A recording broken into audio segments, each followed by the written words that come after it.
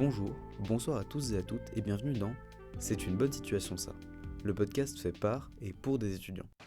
Immotez pas vous. C'est une bonne situation, ça, Scribe. Knowledge is power. Je venais d'avoir mon bac, j'entrais à la fac. Je suis professeur de physique-chimie. On fait déjà des expériences à la pointe de la technologie. Mais quand ils pensent, les profs aussi, ils ont été à l'école. Mais vous savez, moi je crois pas qu'il y ait de bonnes ou de mauvaises situations. Aujourd'hui du coup on est avec Tatiana Parfait. Je te laisse te présenter. Ton nom, ton activité, tes activités artistiques ou sportives. Attends. Je suis en prépa à Janson de Sailly, en ECS. Et je suis en cube, c'est-à-dire que j'ai redoublé ma deuxième année pour essayer d'avoir une grande école de commerce. En termes de hobby, j'ai la musique, en termes de passion. Est-ce que pour toi aussi la vie c'est une sorte de passion un peu ? Est-ce que la vie c'est une passion ? Pas en prépa. Sans deck. Je pense que ça l'est peut-être quand t'as du temps. Ça l'est peut-être. Et pourquoi pas en prépa du coup ?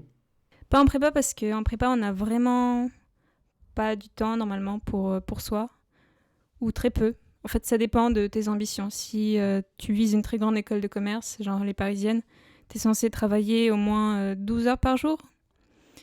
Enfin, ça, c'est quand t'es très motivé. Et est-ce que je suis très motivée ? C'est une autre question. En dehors de la prépa, tu fais quoi ? Des passions, des activités que tu aimes faire ? Je fais surtout de la musique. Je fais de la guitare et du piano. Et j'aime bien enregistrer des sons sur Logic Pro. Pour l'instant, je fais des covers, mais peut-être après, je vais composer. Bon programme. Voilà. Est-ce que tu es engagée dans une association ou est-ce que tu fais un sport avec la prépa ? Est-ce que tu as le temps ? Non, je fais pas d'assaut, pas de sport. En prépa, il y a vraiment pas le temps. Il faut... c'est ça, il faut soit ne pas avoir trop d'ambition pour avoir du temps libre, soit être un génie, si on veut faire autre chose que la prépa. Enfin, je veux dire, des activités à côté. Faut quand même avoir beaucoup d'ambition pour faire une prépa, genre même si tu bosses pas autant que les autres, tu bosses déjà beaucoup. Ouais, c'est ça. Genre alors ça se trouve je dis des bêtises, je dis sûrement des bêtises, je dis tout le temps des bêtises. Oui. Mais vous êtes dans les seuls étudiants de France là actuellement à encore aller en présentiel. Je parle dans les études sup. Ouais, c'est ça. On est les seuls études sup à aller en présentiel. Tout simplement parce qu'ils sont l'élite de la nation. Voilà pourquoi. Parce que même mon frère là, il est en BTS et les lycées c'est ouvert, mais lui il va pas à tous ses cours en présentiel. Il y a beaucoup de cours en distanciel. Et même les lycées passent en une semaine sur deux maintenant. En fait, ça dépend des lycées. Il y a certains qui ouvrent en présentiel, d'autres, ça dépend vraiment du chef, du proviseur. Ouais, donc du coup, même si on compte les lycées dedans, vous êtes dans les seuls à aller encore en distanciel. En présentiel. C'est un plaisir. Franchement, en distanciel, on ne travaille pas aussi bien qu'en présentiel. C'est sûr, donc c'est bien d'avoir cours en présentiel en prépa. Pourquoi tu as choisi ce cursus ? Alors, j'ai choisi ce cursus parce que on m'a toujours bachoté que c'était une voie royale et que c'était pas spécialisé. Enfin, on fait une grande école derrière, mais la grande école, elle ouvre sur beaucoup de cursus ensuite. Et comme j'étais indécise en terminale, j'ai choisi de faire une prépa. Et comme mon niveau était pas très très bon dans les matières scientifiques, je me suis dit une prépa, ECS, ce serait bien. Dans le sens, même si les maths sont très importantes, derrière il y a la géopolitique, de la littérature, tout ça. Tu peux développer, c'est quoi une prépa ECS ? Parce que moi je connais maths sup, Hippocagne et... En fait, c'est... en gros, pour résumer, dans les prépas, il y a les prépas scientifiques. C'est ceux qui font surtout beaucoup de maths, de la physique, de la chimie. Il y a les prépas Cagne, c'est-à-dire beaucoup de littéraire. Enfin, ça c'est pour résumer. Et puis la prépa ECS, on dit que c'est la prépa éco. Mais il y a en gros deux prépas éco. Il y a la prépa éco après un bac ES. Et là, en matière, on fait de l'économie. Et la prépa ECS, c'est juste après un bac S. Là, on fait pas de l'économie, on fait de la géopolitique. En gros, on a 5 matières. La géopolitique, les maths, les langues, donc LV1, LV2, et culture G. D'accord. Ton cursus, il t'apporte quoi? Enfin, qu'est-ce que tu penses qu'il t'apporte dans l'immédiat? Dans l'immédiat, ça m'apporte beaucoup de... En fait, ça me permet de faire du développement personnel, dans le sens où beaucoup travailler, faire beaucoup de sacrifices en termes de vie sociale, c'est du travail sur soi. Donc c'est ça qui est, ouais, dans l'immédiat, important en prépa. Enfin, valorisant. Qu'est-ce que t'aimerais faire après? Après, le but de la prépa ECS, du coup, c'est d'intégrer une grande école de commerce. Les 3 premières, c'est HEC, ESSEC et ESCP. On les appelle les parisiennes. Et ensuite, il y a d'autres écoles comme Audencia, EM Lyon, qui sont aussi très bien classées. Et mon but, c'est donc d'intégrer ces grandes écoles après la prépa. Et ce que je voudrais faire en école, ce serait dans la musique, c'est-à-dire producteur, réalisateur dans la musique, en gros. Même si c'est un but qui est très défini, mais je pense qu'en arrivant en école, je vais peut-être changer 20 fois Attends, en d'idée, école de commerce, tu veux aller parce que là-dessus? ça sera des thèmes très larges. Ouais, Trop bien. enfin en fait, j'aimerais faire dans l'industrie musicale, en gros. Tu penses pas qu'il y avait d'autres voies plus simples et moins contraignantes pour y accéder? Si, il y a plein d'autres voies. Il y a par exemple des écoles déjà spécialisées dans la production musicale. Mais le problème, c'est que déjà, en fait, ces écoles, elles sont trop spécifiques. Donc si jamais je change d'avis, ça va être très difficile de me réorienter.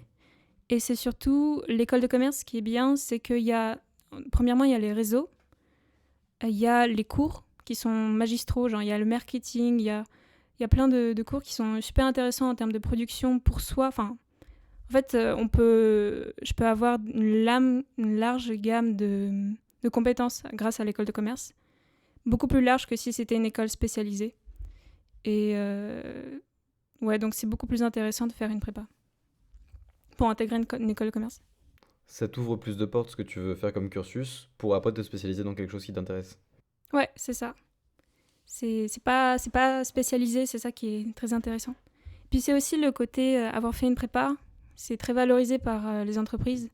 Et si j'ai envie, par exemple, de travailler dans des entreprises, les grosses entreprises comme Sony Music ou Warner, dans ce cas-là, c'est plus intéressant d'avoir fait une prépa et une grande école de commerce. J'allais te demander, quelle est ta matière? J'allais demander ton prof, mais en fait, ça c'est...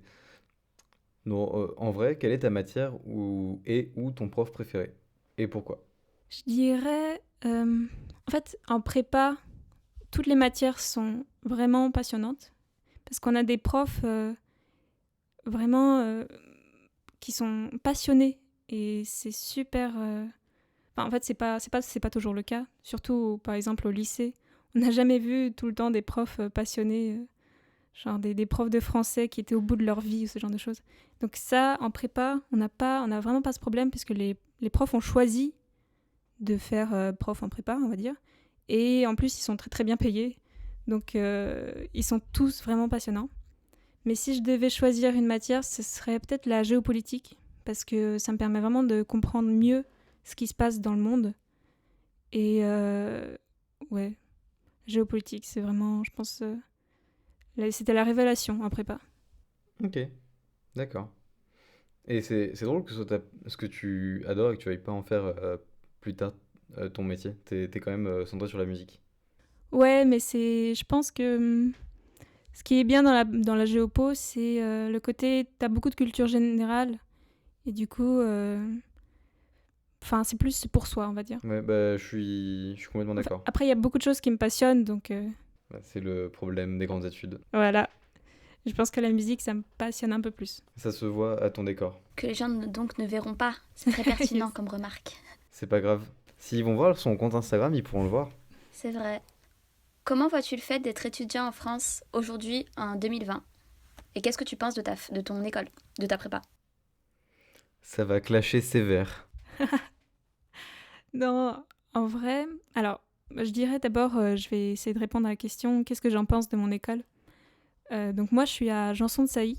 C'est une prépa en France qui est classée 10e au niveau national en termes de prépa ECS. Et pour le coup, bah, j'étais heureuse en sortant de terminale d'avoir pu intégrer cette école, enfin pas intégrer mais faire mes études dans cette école parce que j'avais un très très mauvais dossier. Enfin, ouais, plutôt mauvais. Je veux dire trop mauvais pour être accepté à Ouais, Janson. mauvais pour Janson. Parce qu'en vrai, ton dossier était pas mal. Oui, pour Janson, c'était pas très bon. J'ai dû attendre 2 jours avant la fin de Parcoursup pour aller à Janson. Et quand j'ai su que j'étais acceptée à Janson, j'étais genre... c'était trop bien de savoir qu'on puisse faire une prépa dans une... Enfin, elle est ultra prestigieuse comme prépa, donc j'étais heureuse d'avoir cette école. Et aujourd'hui, je le pense toujours. Je trouve que c'est une très bonne école dans le sens où il y a des très bons profs qui sont passionnés et qui t'aident beaucoup. Et le décor aussi, il est vraiment sympa, puisque c'est dans le 16e arrondissement de Paris. Et il y a vraiment une cour d'honneur avec une petite fontaine et tout. Enfin, c'est très joli comme bâtiment, même si, bon, à l'intérieur des salles, c'est dégueulasse. Mais à l'extérieur, c'est très joli et c'est un très beau contexte. Donc, ouais, c'est un avis très positif pour Janson. J'adore que sur ton pull, il y a écrit « Parfait de père en fils Ouais, t'as vu ça ? » Parce que, en fait, c'est son nom de famille, du coup, c'est rigolo. Il y a une blague. C'est aussi un nom de bocal, si tu veux savoir. De bocal. Des bocaux parfaits. Tu connais pas la marque ? Ah oui. Je suis trop vieille, en fait, c'est ça. Dis-le-moi tout de suite. J'allais enchaîner sur qu'est-ce qui t'intéresse le plus à travers ta licence, sauf qu'en fait, bah, tu l'as déjà dit, là, c'était surtout la Elle a géopolitique. pas dit comment elle voyait le fait d'être étudiant en France. Ah oui. Bah, j'avoue, c'est un peu très général. Je sais pas. En fait, c'est très difficile à répondre parce que j'ai que mon point de vue. Et je sais que le point de vue des prépas, enfin, il n'y a pas énormément de préparationnaires en France en termes d'études. D'un point de vue purement personnel, ouais. D'un point de vue personnel, comment je vois le fait d'être une prépa ? Je dirais que je suis fière d'être en classe prépa parce qu'on fait tellement de sacrifices au niveau de notre vie sociale qu'on est fier de se dire je suis en prépa ou par exemple je suis à Janson de Sailly aussi. Je suis fière de ça parce que j'ai galéré pour réussir à aller à Janson. J'ai galéré aussi pour passer en 2e année. J'ai galéré pour QB. T'as fait que galérer. Et pourtant, tu parais vraiment excellente. Tu sais, on pourrait grave dire, ouais, tranquille, elle a des facilités, mais tu bosses tellement. Ça dépend. Il y a des périodes, je bosse un peu moins. Faut le reconnaître qu'au lycée, vraiment, t'étais dans les seules filles que je connaissais qui bossaient autant. Pareil, au collège, t'es moins vu, mais... Au lycée, ouais. Mais le lycée, c'était... En termes de travail, c'était rien par rapport à la première année de prépa et la 2e année. À qui le dis-tu ? Surtout la 2e année. Mais ouais, en fait, je suis d'autant plus fière d'être en prépa à Janson et même de QB, parce que des cubes, il n'y en a pas énormément. En fait, les cubes, c'est des personnes qui ont fait un premier échec en fait, en termes de concours, dans le sens où j'ai passé mon concours, j'étais pas contente de mes écoles, et du coup, j'ai décidé de retenter ma chance. Et on a 3 chances pour refaire nos concours. Donc, je peux faire une 4e année, mais les gens qui font une 4e année de prépa, c'est même pas 1%, je pense, de tous les préparationnaires, exactement. Donc, être cube, c'est déjà, on va dire, rare. Et c'est déjà des gens qui ont connu l'échec, en fait. Donc, ça me rend fière. C'est bien. En vrai, c'est beau de le voir comme ça, parce que quand tu m'as dit que tu cubais, j'avais peur que tu te déprimes vraiment profond. Ouais, et en fait, c'est ça le truc, c'est que je me suis dit, je vais faire la même dépression que j'ai fait. En fait, en 2e année, je me suis inscrite à Masterclass Prépa. Alors, c'est une organisation qui nous aide dans les maths avec des cours, avec des polycopiés en plus, et un coaching, en fait, dans la prépa. Ils sont très, très mal vus parce que ça coûte très cher. Mais d'un autre côté, ils aident vraiment et c'est vraiment bien pour le coup. Et quand je me suis inscrite à ce truc, il y avait tellement plus de boulot que au bout de 2 mois, j'ai fait une grosse dépression. Et parce qu'en fait, je travaillais énormément, j'avais quasiment pas de pause et j'avais pas de résultats. Et quand je me suis dit, je vais cuber, je me suis dit, ça va être difficile de pas refaire la même erreur. Mais en fin de compte, je relativise beaucoup plus avec ce qui s'était passé l'année dernière. Ouais, et puis surtout, là, tu m'avais dit que tu te permettais des libertés, tu essayais de plus voir des gens, de ne pas rester aussi renfermé que tu l'étais l'année dernière. Ouais, c'est ça. Ça m'aide beaucoup.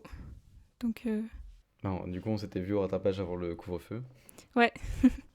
Pour la première fois, je suis sortie 2 fois en semaine, en cours, en semaine de cours. J'ai trop hâte qu'il n'y ait plus de confinement couvre-feu, que je te réemmène dans un bar en semaine de cours, ça va être bien. Ouais, bah carrément. Moi, je dis pas non. Je sais, tu dis jamais non à des bières. Bon, du coup, je vais te demander, est-ce que quand tu étais petite, tu avais déjà une vision des études supérieures? Même mauvaise, hein, mais quand tu étais petite, c'était quoi ta vision des études supérieures? Euh, Non, j'avoue que j'ai très peu de souvenirs sur comment je voyais les études supérieures quand j'étais petite. Enfin, quand j'étais petite, c'est en mode en collège ou... Avant de rentrer dans les études supérieures. En fait, c'est que à partir de la 3e où j'ai pris connaissance de la prépa HEC. En fait, prépa HEC, c'est le synonyme de prépa ECS. Parce que quand tu fais une prépa ECS, tu vises les grandes écoles et HEC, c'est la première école.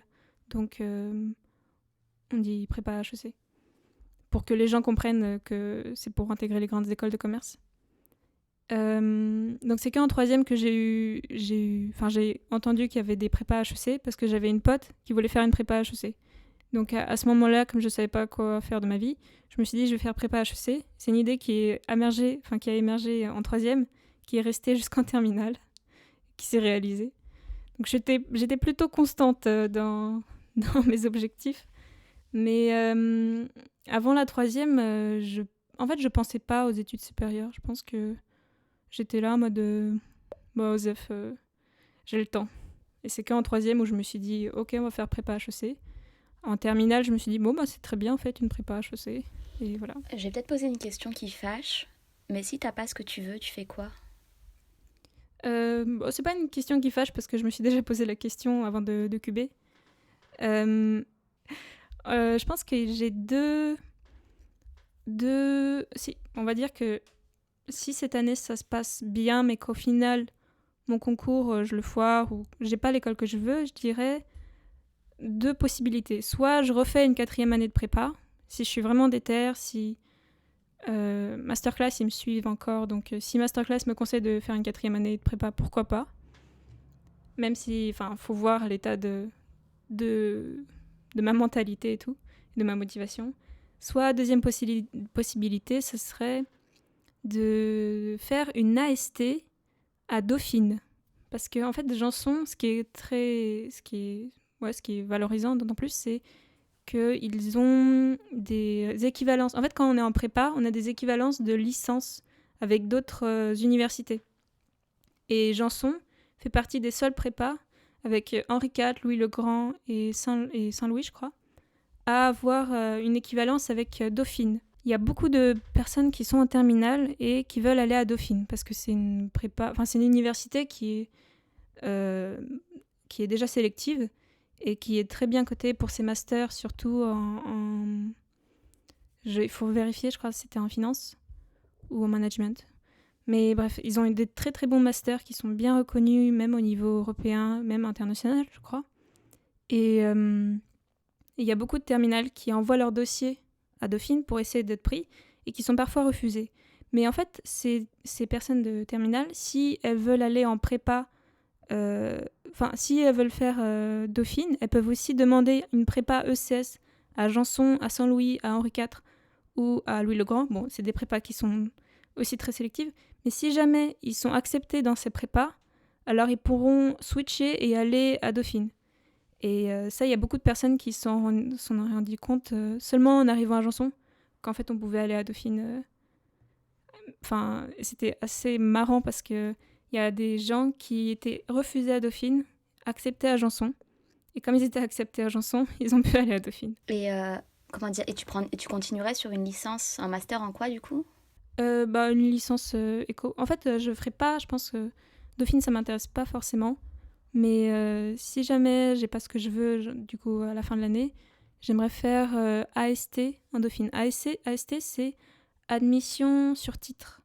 C'est des admissions parallèles, où en gros, on fait des cours on suit les cours en université de licence, éco, tout ça. Et en parallèle, on prépare un concours pour les grandes écoles, mais qui est complètement différent des classes prépa et on dit qu'il est plus facile, mais en fait c'est juste complètement différent. Il faut un dossier avec des projets associatifs, il faut des tests de logique, tout ça. Et si jamais du coup je peux pas faire une 4e année de prépa, je pense que je vais faire AST. Mais croisons les doigts que j'intègre à la fin de l'année. Tout ce qu'on te souhaite.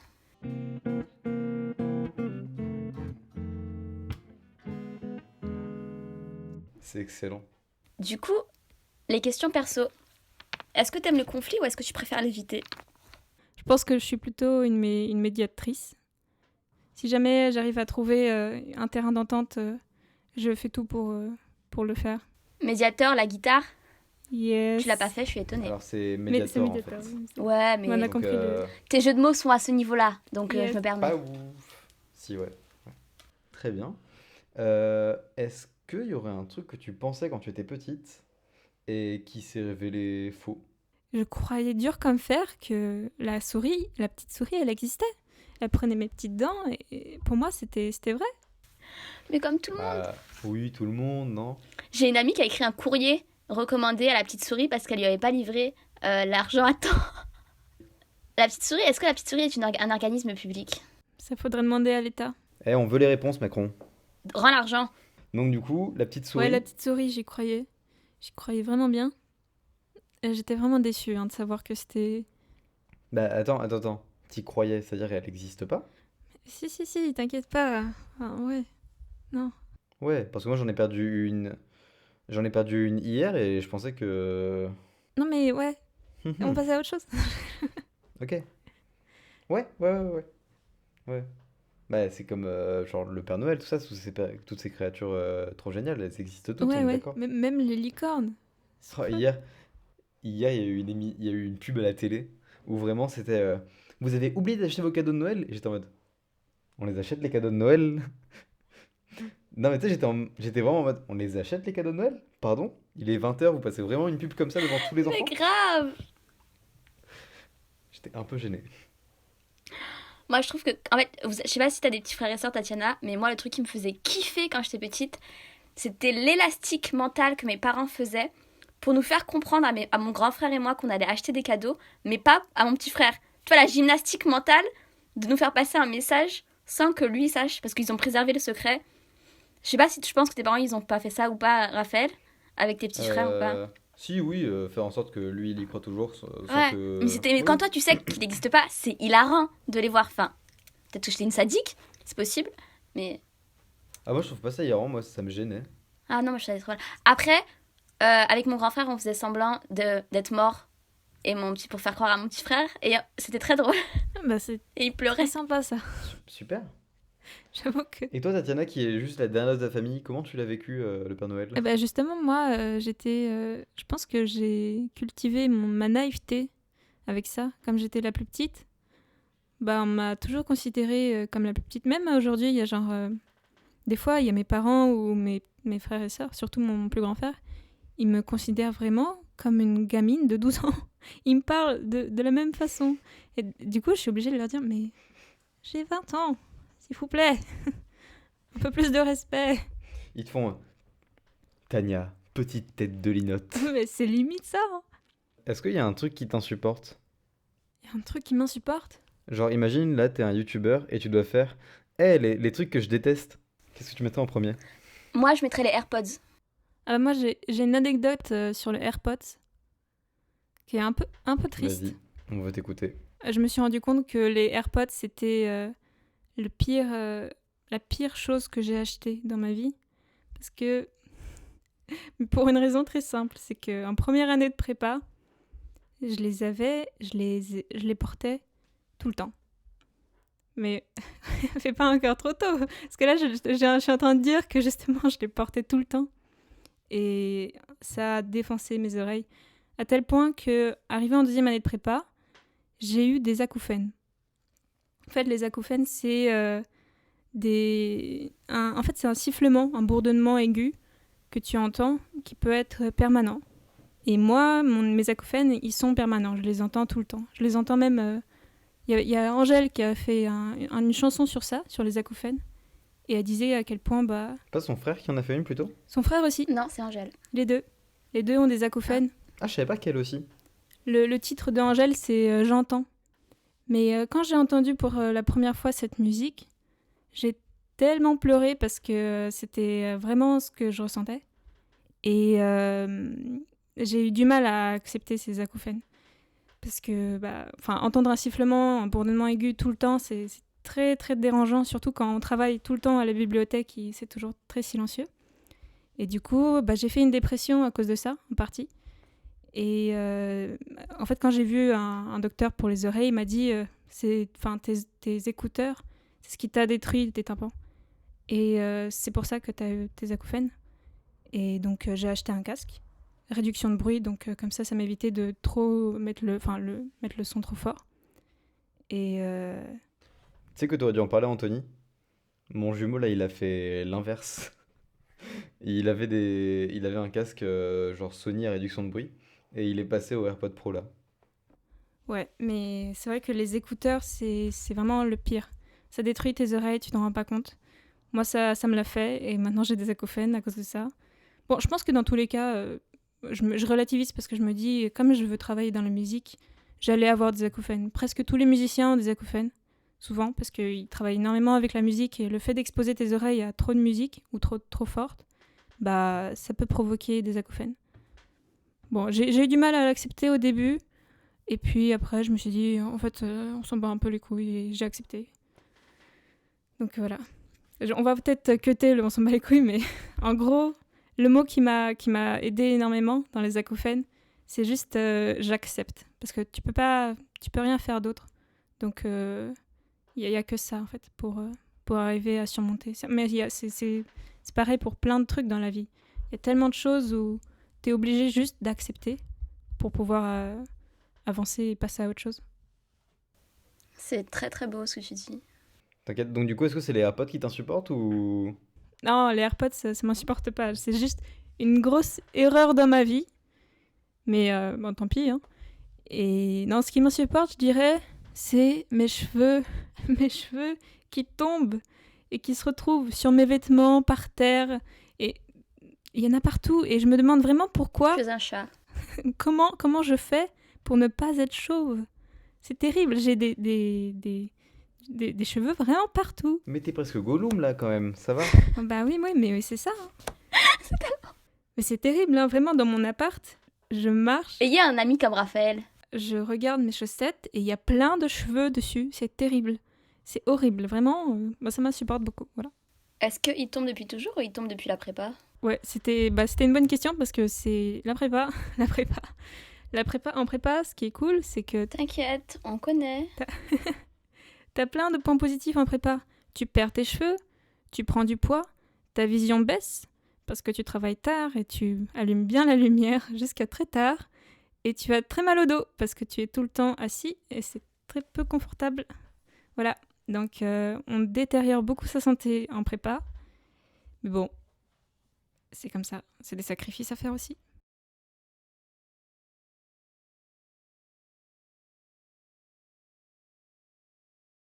J'ai la grande question de ce podcast. Si tu devais choisir, dans un paquet de dragibus, tu préférais quel parfum? Il y a des parfums. Et Waouh. pour moi, Waouh. La la couleur du couleur. dragibus que tu préférais? mais pas les parfums parce que Ouais, mais en gros, chaque oui, couleur est mais, associée à un mais parfum. je connais pas les parfums. Et pour moi, il n'y a jamais eu Ah oui, non, bien sûr. Non, mais du coup, quelle couleur tu préfères? le noir. PM. Je crois que tout le monde préfère les noirs. Bah, tu vois, c'est ce que je pense aussi. Et Anaïs m'a vraiment dit, ben non, il n'y a pas de Ouais, mais différence. c'est bizarre. Je pense que c'est psychologique parce que j'ai pas l'impression qu'il y ait des parfums différents. Non, non, il y a une différence de goût. Ah bon? D'accord.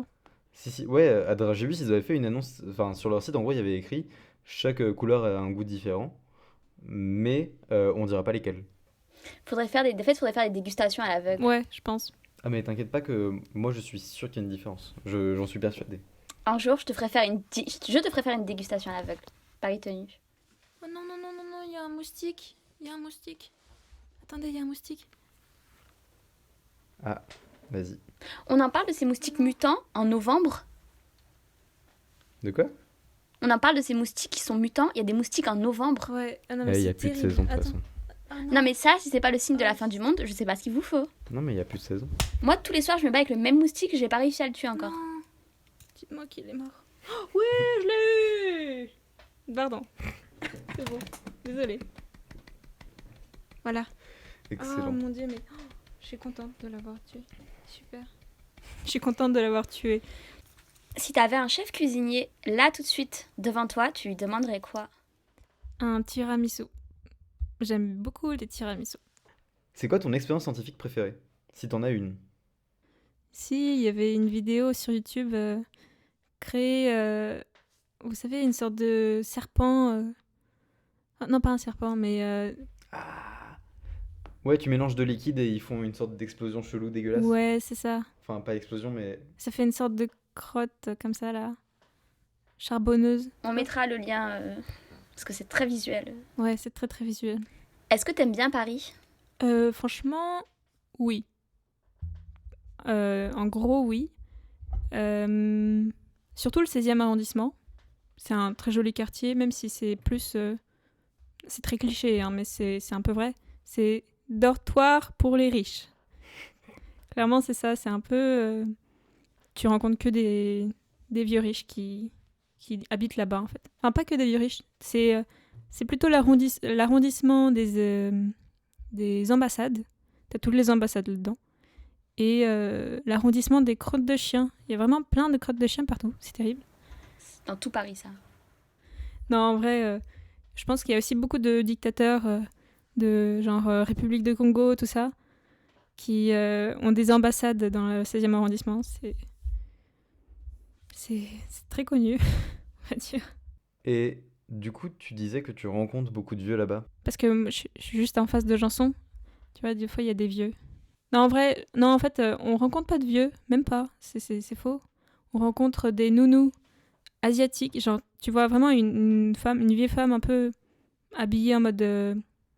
Enfin, normal, random, quoi. Avec des gosses. Enfin, la nounou, du coup, elle est blanche. Non, justement. La nounou, elle est asiatique ou noire. Et les gosses sont blancs et ils sont habillés avec un petit polo, alors que les gosses, ils ont vraiment 4 ans, tu vois. Et là, tu te dis, bon, c'est le 16e. À ce propos, je vous conseille le très bon épisode du podcast, un podcast à soi, qui s'intitule Qui gardera les enfants, qui revient sur cette thématique-là de une fois que les femmes blanches sont émancipées, qu'est-ce qui se passe pour les autres? C'est un podcast d'Arte où en fait c'est une journaliste, je crois, c'est un podcast féministe. En fait, t'as des thématiques. Yo le rap, meuf en string et Ferrari qui dérape. J'ai l'impression que rien, c'est tout ce qu'il me reste. Rappeur. Oui, c'est Damso dans son dernier album, dans le titre Deux toiles de mer, que Raphaël apprécie particulièrement. D'accord. Il est très bien. Tu vois que notre avis, il est très poussé, on arrive bien à détailler. L'argumentaire est présent. La paix est un rêve suspendu. Auteur. Alors, en vrai, c'est pas vraiment un auteur, mais c'est ça, c'est plutôt littérature, c'est pas street. C'est Kofi Annan, secrétaire général de l'ONU après les attentats de 2001. Ah oui? Ok. Elle disait que plus on n'a rien et plus on veut croire. Rappeur. C'est un piège. Non, c'était auteur. C'est La vie devant soi d'Émile Ajar, ou Romain Gary, comme vous voulez. Mais en fait, c'est un roman qui est très bien, mais qui est écrit en fait par un... Le narrateur, c'est un enfant d'une dizaine d'années. Donc en fait, il y a des phrases et pas qui n'a pas eu l'accès à un niveau de culture suffisant. Donc en fait, tout le roman est écrit comme si c'était un enfant de 10 ans qui parlait. Donc il y a des mauvaises constructions de phrases, il y a des choses un peu poétiques, un peu enfantines, un peu naïves. Et donc ça peut un peu déstabiliser, donc voilà. Mais c'était auteur de Émile Ajar, La vie devant soi. Ok. Et la dernière, si t'es bon avec moi pour que je sois bon avec toi, c'est pas de la bonté, c'est un mauvais investissement. Un rappeur. Enfin, plus qu'un rappeur, c'est un memeur, un youtubeur, un twitcher, le meilleur. C'est Chronomusique. En vrai, regarde, je crois que je te l'ai déjà proposé. Ouais, Et je t'en ai tu déjà m'as parlé de déjà. Chronomusique en plus. J'ai déjà écouté. Désolé. En fait, je le trouve juste excellent et je passe mon temps à regarder ses tweets. Donc, à écouter ses sons aussi. Et Et du coup, il a fait un son où il met des lyrics et où c'est lui qui rappe et c'est vraiment sympa. Là, moi, je l'ai dit sur un ton très lent, mais je le trouve super sympa. D'accord. Ouais, Ouais. mais j'avais déjà écouté. J'ai bien aimé ce qu'il a fait sur. Tu m'avais dit. C'est vrai? Ouais, franchement, c'est trop stylé. Mais en plus, là, enfin, vraiment, je le trouve trop intéressant parce que il a un, comment dire, il a un univers hyper riche déjà dans ses sons. Je sais pas si tu le suis sur Deezer ou un truc comme ça, mais il poste des sons de temps en temps et c'est vraiment hyper riche, je trouve, et varié. Genre, en fait, il touche un peu à tout et quand il a un sujet qui l'intéresse, il va tout poncer de fou. Genre, il peut te faire du jazz, il peut te faire Ouais. du bebop. Là, dernièrement, il a fait une reprise du générique de Cowboy Bebop qui était génial. Si t'es bon avec moi pour que je sois bon avec toi, c'est pas de la bonté. C'est un mauvais investissement. Enfoiré. Общество и культура. Y a-t-il une série, une musique ou un livre ou un film, un contenu culturel par lequel tu te définis? Ouais, je dirais le film de Damien Chazelle, Whiplash. Je, je le cite tout le temps. Mais c'est parce que. Mais c'est vrai! Parce que le fait que le batteur, bon, il est vraiment dans l'extrême. Mais en gros, le pitch, c'est un batteur qui veut intégrer un des meilleurs groupes de jazz des États-Unis. Et le prof est vraiment horrible avec lui, en fait. Il le pousse à bout et il arrive à devenir un batteur exceptionnel, un peu grâce à ce prof. Mais le prof le pousse tellement dans ses retranchements que, en fait, c'est vraiment trop extrême. Mais c'est un peu ça qui est intéressant, en fait, dans ce film. C'est le côté, il dépasse trop ses limites. Donc, je m'identifie un peu à ce personnage dans le sens où la prépa, c'est aussi se dépasser constamment et même aller dans les extrêmes. D'accord. J'aime beaucoup ta Super. réponse. C'est vrai que pour le coup, c'est particulièrement précis, hein. Est-ce qu'il y a un réseau social... Je vais y arriver. Est-ce qu'il y a un réseau social qui te correspond le plus? Oh là, qui me correspond. Je dirais Instagram, mais pour des raisons un peu nulles. C'est juste que Instagram, ce qui est intéressant, c'est d'avoir de la visibilité quand on veut faire du contenu, par exemple, de musique. C'est juste pour pouvoir partager ce que je fais en termes de musique avec des amis. Mais c'est tout. Pas pour regarder des photos ou des influenceurs et tout. C'est plus pour promouvoir, en fait, ce qu'on fait. Pour le coup, c'est vrai que t'as hyper raison parce que moi, quotidiennement, j'aurais répondu Twitter parce que c'est vraiment c'est ce que je préfère pour tout ce qui est information ou même éducation politique. Genre, c'est vraiment. Je suis tellement de vulgarisateur autour d'un peu tous les sujets. Mais en fait, c'est vrai qu'en termes de création, c'est là où tu touches le plus de monde, Instagram. Ouais. Est-ce que tu écoutais déjà des podcasts avant? Et si oui, lesquels? Oui, oui. Les podcasts de de France Culture, pardon. Les podcasts de France Culture sont super intéressants, surtout pour la philo. Comme, en fait, en prépa, on a des thèmes en philosophie par année. Par exemple, peut-être que les gens connaissent Henri Tran, c'est le rire jaune. Il a fait une prépa ECS et lui, maintenant, il est à l'ESSEC, c'est la deuxième plus grande école grande école de commerce.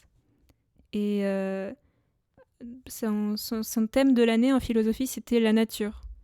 Nous, notre thème cette année, c'est l'animal. Et sur France Culture, il y a plein de podcasts sur les animaux, sur est-ce que les animaux ont des sentiments comme les hommes ou autres. Et c'est super intéressant.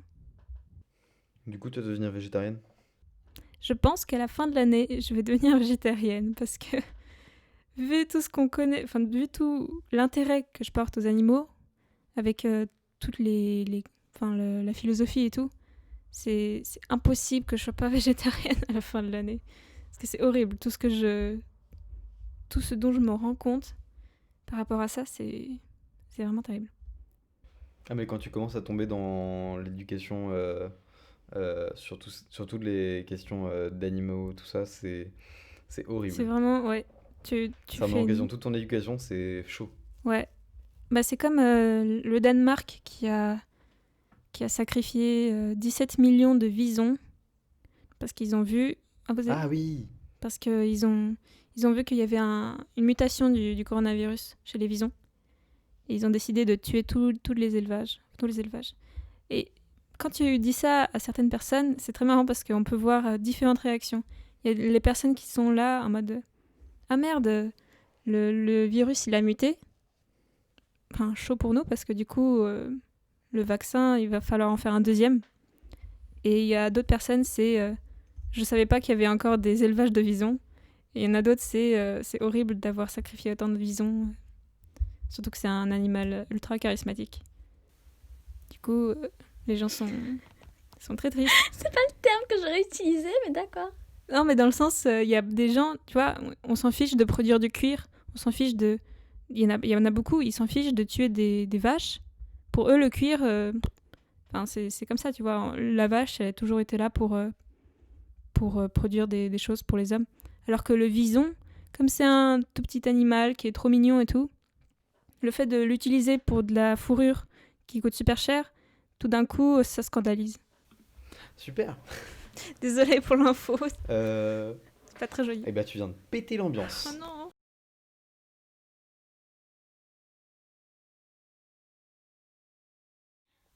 Le dîner. Alors, si tu pouvais dîner avec quelqu'un, une célébrité, morte ou vivante, tu choisirais qui? C'est très particulier comme question. Je dirais. J'avoue, j'ai pas d'idée là pour l'instant. Est-ce qu'il En y a un fait, modèle dans ta vie que tu aimerais rencontrer? Une personne qui t'inspire. Moi, je dirais que c'est ma mère qui m'inspire. C'est pas une célébrité. Mais tu peux manger avec elle tous les soirs. Bah, avec le confinement, tout ça, moins.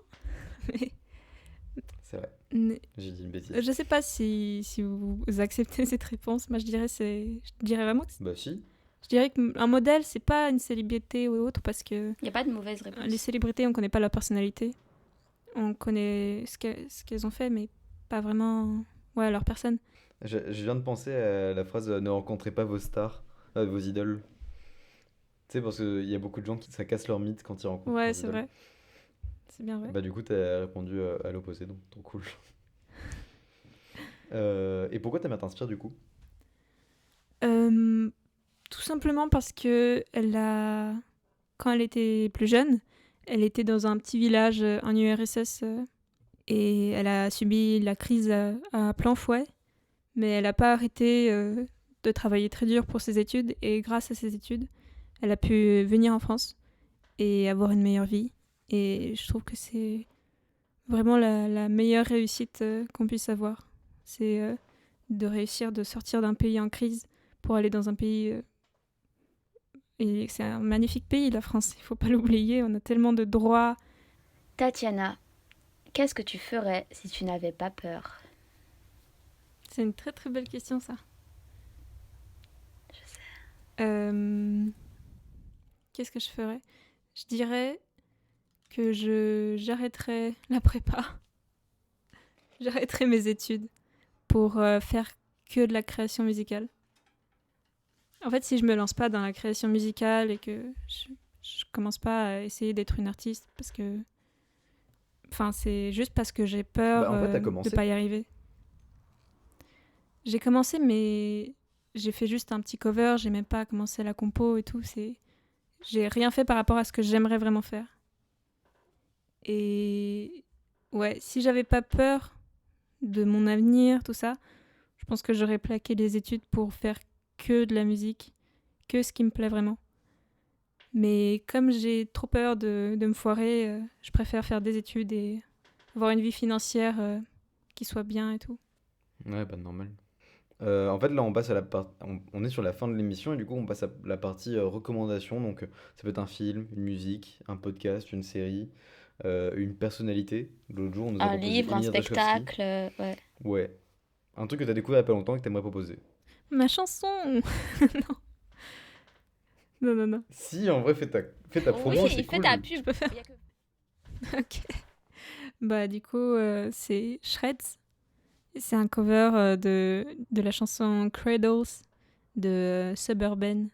Qui est très appréciable. On mettra évidemment un extrait musical ici pour que vous puissiez apprécier le talent de notre invité.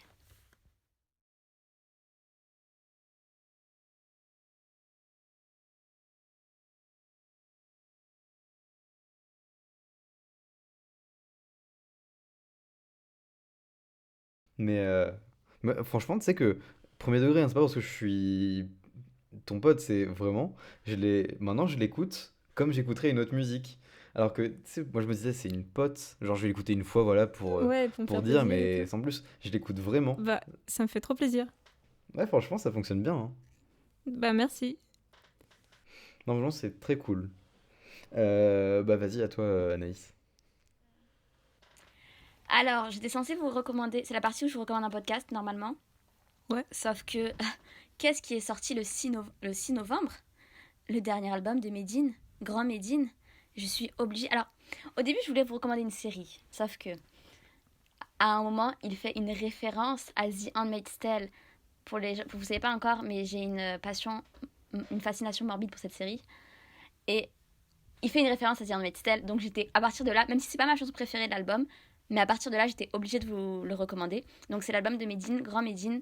Bon, il est extrêmement connu, donc je ne vais pas aller vous dire de lui donner de la force parce qu'il n'en a pas besoin. Mais pour vous-même. Et mon titre préféré, Raphaël va l'écouter, de cet album, c'est Ray. Voilà. Voilà. Donc, allez l'écouter, c'est lourd. Ça s'écrit comment? Il y a des feats, est-ce que je vends le truc? Comment tu écris Ray du coup? C'est K-H-E-Y? R-A-Y. Ah, ok. R-A-Y. Je vais pas te spoiler pourquoi c'est Ray, mais tu vas comprendre. En écoutant la musique, tu vas comprendre. Faut ouvrir les yeux un peu. Pas être tous comme Ray Charles. Yes. C'est exactement pour ça. Je suis un C'est poète en parce qu'il fait. parle de Ray Charles dans la musique. Je suis un poète. Ouais, j'allais dire t'es un magicien, mais C'est comme ça, hein. j'aurais préféré que tu me dises mais non, je l'ai écouté Anaïs quand je te l'ai envoyé. Mais non. Tu n'es que déception, donc non. J'ai pas le temps, moi, je taffe. Ah, parce que moi je fous rien, c'est vrai. Exactement. Et du coup, moi, je vais proposer la chaîne Linguisticae. Ça sert à rien pour lui, c'est pas de la promo pour lui parce que bah on ne fait pas de vues, enfin d'écoute, mais c'est une chaîne trop bien qui parle de langue française, de linguistique en fait, comme le dit le titre. Et en gros, si vous aimez démonter l'Académie française et savoir que la langue, bah, elle évolue avec les gens et pas avec les normes, bah c'est cool. Une partie de la politique qu'on connaît vraiment si peu, mais en fait, le langage, c'est vraiment quelque chose qui m'intéresse de fou, donc voilà. Je sais pas si tu connais Tatiana Linguisticae. Non, Si? je connais pas. Mais ça a l'air super intéressant. En plus, autre que parler des évolutions de la langue, il s'est intéressé à la langue dans les différentes fictions. Genre, il décortique les langues qu'il y a dans Seigneur des Anneaux et Le Hobbit. Si je me trompe pas, il l'a fait. Oui, il l'a fait. Et en gros, c'est 45 minutes, c'est un épisode de 45 minutes où il y a un peu de fiction où genre il va dans le royaume dans l'univers du Hobbit. Ouais, c'est ça, il l'a fait. Et il parle de l'elfique de la Terre du Milieu. Ouais. Et en gros, il explique comment ça a été créé, toutes les langues qu'il y a autour et toute la mythologie qu'il y a autour parce que bah, il a inventé de vraies langues, Tolkien. Et du coup, c'est vraiment une science hyper intéressante. Et t'as 43 minutes sur ça. Il a fait la même sur Game of Thrones. Il a fait la même sur la novlangue de George Orwell. Et franchement, c'est juste hyper intéressant et détaillé. Ok, c'est trop stylé. On arrive à la fin de cette émission, de cet épisode. Les auditeurs, si vous avez des conseils, des suggestions, des commentaires, n'hésitez pas à nous les faire savoir par Insta. Voilà, abonnez-vous, envoyez des likes, suivez-nous. Si vous avez envie de participer à l'émission, dites-le nous. Venez, envoyez-nous des DM sur Insta. On serait ravis de vous avoir à notre micro. Et on remercie bien sûr notre invitée Tatiana d'avoir participé aujourd'hui. Bien, merci vous. Merci Tatiana. Ciao. Tu. On vous remercie d'avoir écouté cet épisode. Vous aurez tous les liens de ce qui a été abordé dans la barre d'infos ou sur la page du podcast. Ce podcast est rendu possible grâce à la contribution de la Maison des Initiatives étudiantes, du soutien de la mairie de Paris et de la faculté de la Sorbonne. Merci.